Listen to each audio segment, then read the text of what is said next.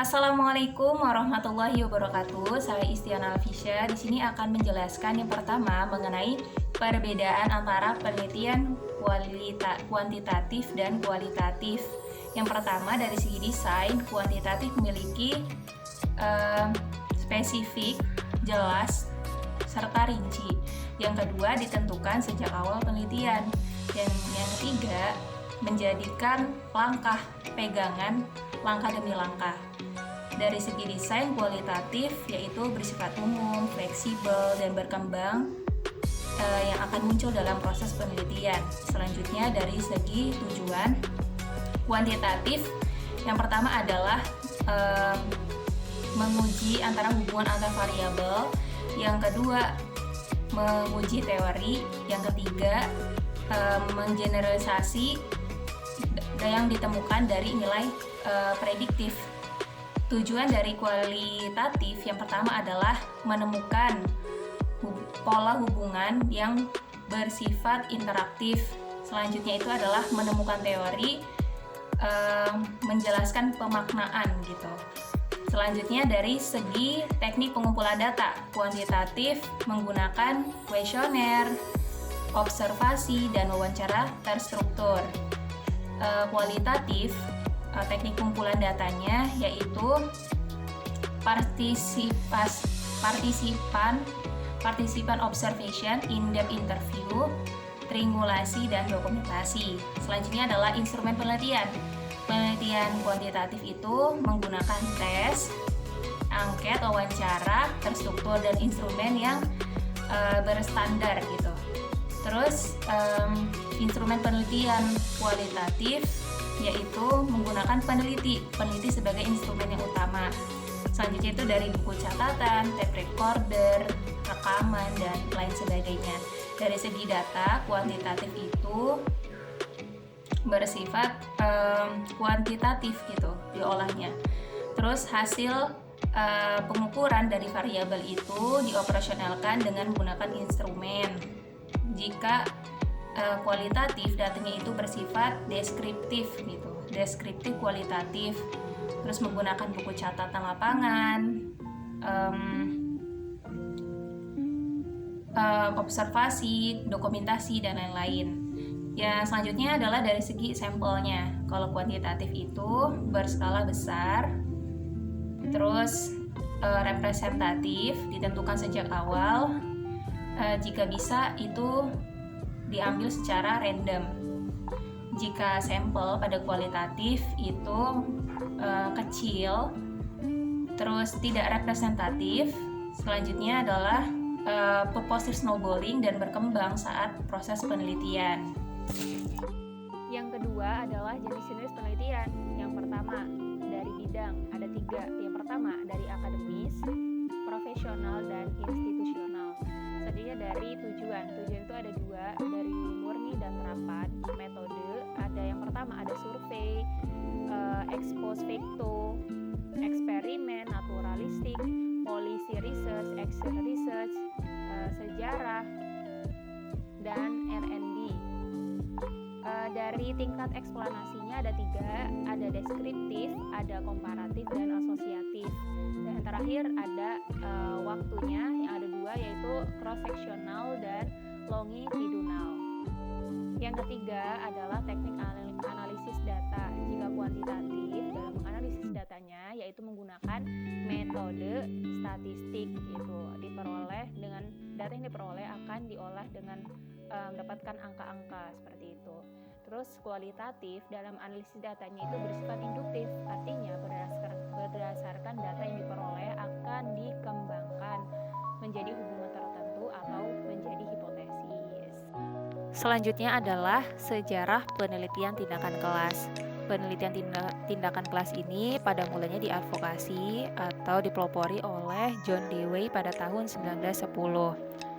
Awal mulai dikembangkannya yaitu dilakukan oleh Kurt Lewin, seorang psikologi eksperimental dan sosial. Pada mulanya action research ini digunakan untuk menangani kasus pengangguran dan kenakalan remaja yang umum terjadi pada masyarakat waktu itu. Dan kemudian Fort Leeuwen ini mengembangkan penelitian tindakan kelas ini untuk menangani konflik dan perubahan-perubahan yang terjadi pada organisasi dan masyarakat di lingkungannya pada waktu itu. Pada tahun 1952 sampai 1953, Stephen Corey yaitu menggunakan action research ini atau penelitian tindakan untuk dilakukan dalam dunia pendidikan karena dapat dirasakan kebermanfaatannya untuk menangani dunia pendidikan pada saat itu. Pada tahun 1972 sampai 1975 ada proyek yang dinamakan Ford Teaching Project. Nah, itu digunakan untuk menangani. Jadi ada 40 guru sekolah dasar dan menengah untuk sama-sama menangani atau memperbaiki kualitas pengajaran di dalam kelas mereka. Selanjutnya adalah mengenai langkah-langkah penelitian tindakan kelas. Nah, dalam langkah-langkah ini, yang pertama itu yang dilakukan menyusun rancangan tindakan atau perencanaan. Nah, ini ditentukan siapa, kapan, di mana, lokasi yang akan ditentukan dan kepada siapa target yang akan dilakukan pada proses penelitian ini. Dan ini sangat penting sekali. Selanjutnya adalah pelaksanaan. Pelaksanaan ini, guru melaksanakan perencanaan yang sudah ditetapkan sebelumnya.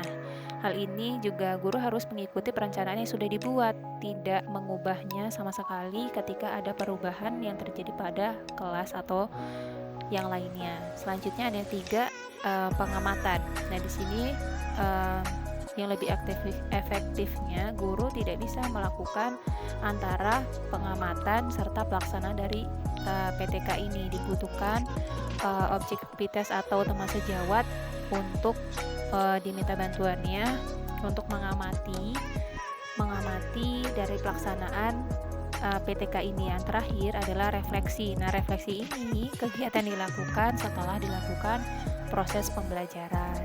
Oke, selanjutnya adalah mengenai pola PTK. Nah, pola PTK ini ada 3. Yang pertama adalah pola guru sebagai peneliti. Nah, di sini guru sebagai peneliti yang melaksanakan perencanaan dan pelaksanaan dalam PTK ini. Terus yang kedua, tujuan yang dicapai ini adalah memecahkan masalah dari permasalahan guru itu di dalam proses pembelajarannya. Digunakan untuk meningkatkan kinerja guru. Biasanya pada pola guru sebagai peneliti ini digunakan oleh guru yang memiliki wawasan yang cukup luas dalam proses pembelajaran, evaluasi, dan kreativitas dalam meningkatkan pembelajaran itu sendiri. Nah, yang kedua polanya adalah pola kolaboratif. Di sini guru tidak menjadi orang yang melaksanakan perancangan dan pelaksanaan, hanya cukup sebagai tim peneliti. Ada pihak dari luar yang mencoba untuk memecahkan masalah yang ada pembelajaran, tapi tidak melibatkan guru secara luas gitu. Terus guru juga tidak secara luas atau bebas secara luas untuk melaksanakan proses ini, tapi dari tim peneliti yang sudah ditentukan sebelumnya. Nah, yang ketiga, pola yang 3 adalah pola terintegrasi. Nah, di sini guru tidak sama sekali ikut dalam proses pelaksanaan penelitian tindakan kelas. Ada dari pihak luar yang mencoba untuk memecahkan proses pembelajaran di dalam kelas, tapi masalahnya ini bukan dari gurunya, tapi yang ditentukan oleh sang peneliti. Guru di sini hanya sebagai pelaksana saja. Dan yang terakhir adalah siklus PTK.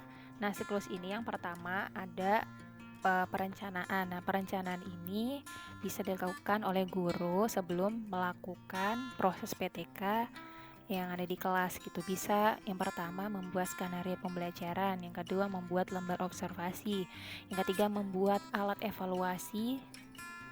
Selanjutnya adalah pelaksanaan tindakan. Nah, pelaksanaan tindakan ini merealisasikan dari rancangan ataupun langkah-langkah yang sudah dibuat sebelumnya dalam bentuk tulisan yang tadi, direalisasikan dan dilaksanakan di kelas. Selanjutnya yaitu pengamatan.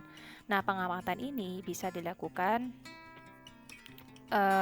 oleh observer atau dari pihak luar, karena secara tidak langsung guru tidak bisa untuk menjadi pelaksana dan pengamatan secara sekaligus. Nah, ini tidak efektif. Yang terakhir adalah refleksi. Nah, refleksi ini hal yang dilakukan atau hasil dari proses kegiatan pembelajaran yang sudah dilakukan sebelumnya, direfleksikan seperti itu.